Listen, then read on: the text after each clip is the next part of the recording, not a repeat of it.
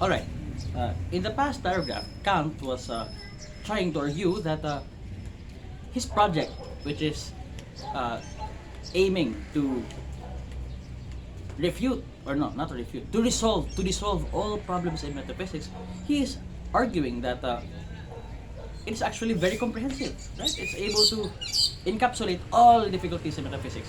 And one, or Kant is preempting here, in this next paragraph, a possible reaction to such apparently immodest uh, and arrogant assumption, right?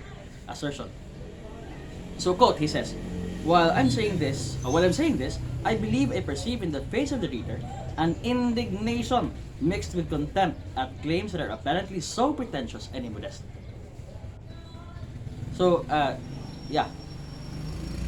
So, basically, he's talking about the reaction, which is apparently reasonable, that Kant is too arrogant here for claiming that he's able to dissolve all problems in metaphysics.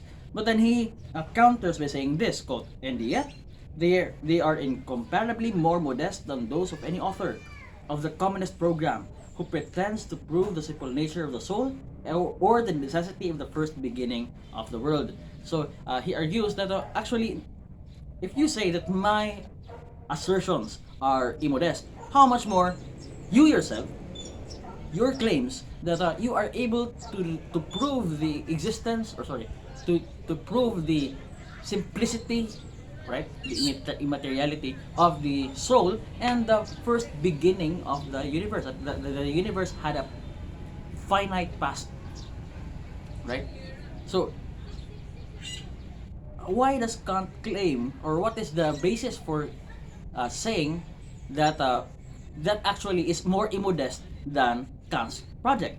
He continues, quote, for such an author pledges himself to extend human cognition beyond all bounds of possible experience, okay, of which I humbly admit that this wholly surpasses my capacity.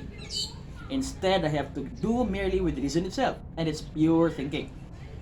To gain exhaustive acquaintance with them, I need not seek far beyond myself, because it is in myself that I encounter them, and common logic already also gives me an example of how the simple acts of reason may be fully and systematically enumerated.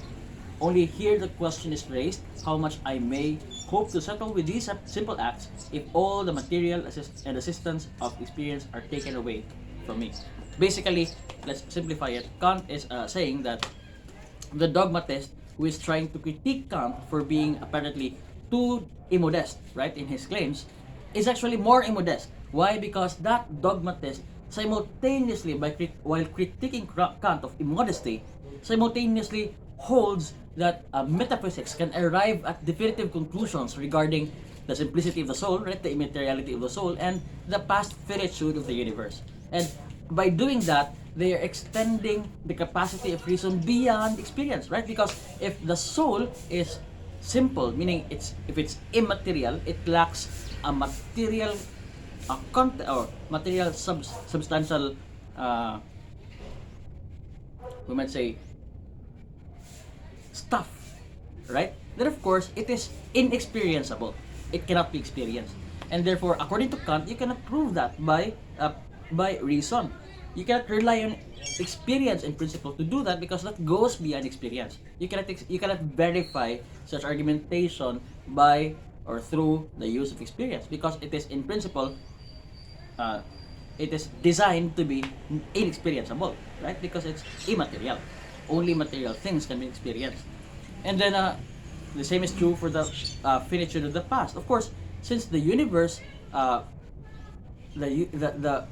limit prior to the beginning or the birth of the universe is immaterial, there's nothing in it that could be experienced. There's nothing in there that, of course, you cannot access it with experience, and therefore automatically you cannot verify whether your proofs for a first beginning of the universe are actually correspondent or corresponding with the world, because all you can use is your speculation, your reason, right? Your reason.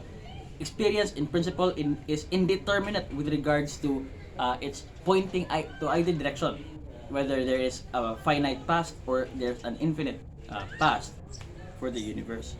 So actually, those dogmatists who claim that reason can prove those things are actually more immodest because they're going beyond the limits, the powers of reason. Whereas Kant is simply relying on resources already within himself, right? Already immanent to him, right? His reason. He's just relying on reason to rework how reason operates, right? It is Kant need not rely on anything external to him. He only needs to rely on what's immanent to him. Now, one could get suspicious about this, but maybe we can reserve that on uh, uh, for the next episodes wherein we'll really try to sift through the step-by-step argumentation that Kant launches.